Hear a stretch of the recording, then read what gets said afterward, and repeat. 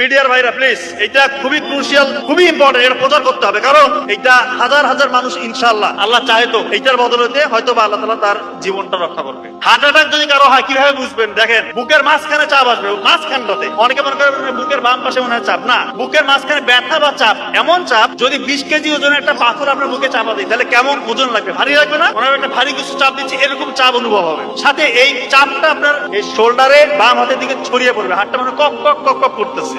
আপনার ওই সময় ঘাম ছুটবে, সাথে শ্বাসকষ্ট হবে এবং আপনার বই ভাব আসতে পারে এবং মৃত্যুর ভয়।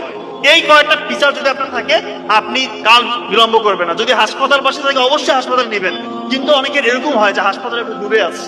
এই জন্য ওই WHO এবং আমেরিকান হার্ট ফাউন্ডেশন তারা বলছে প্রি হসপিটাল ম্যানেজমেন্ট বাসায় করতে পারবেন। খুব ইম্পর্টেন্ট, অ্যাসপিরিন, একটা ট্যাবলেট অ্যাসপিরিন 300 mg চিবিয়ে খেতে হবে। অ্যাসপিরিন চিবিয়ে খেতে হবে, ইনশাআল্লাহ তার 50% মৃত্যুর ঝুঁকি কমে আসলো। নাইট্রোগ্লিসারিন, একটা হচ্ছে স্প্রে পাওয়া যায়, নাইট্রোগ্লিসারিন মার্কেটে বিভিন্ন নামে আছে, ওইটা জিহ্বার নিচে 2 চাপ দিতে হবে। আর একটা হচ্ছে অ্যাটোরভাস্টাটিন গ্রুপের যে কোনো একটা ওষুধ 40 mg খাইতে হবে। আল্লাহ চাহে তো তার মৃত্যুর ঝুঁকি ইনশাআল্লাহ আপনি 70-80% বাসার মধ্যে কমাই দিলেন, এরপর দ্রুত হাসপাতালে নিয়ে যেতে হবে।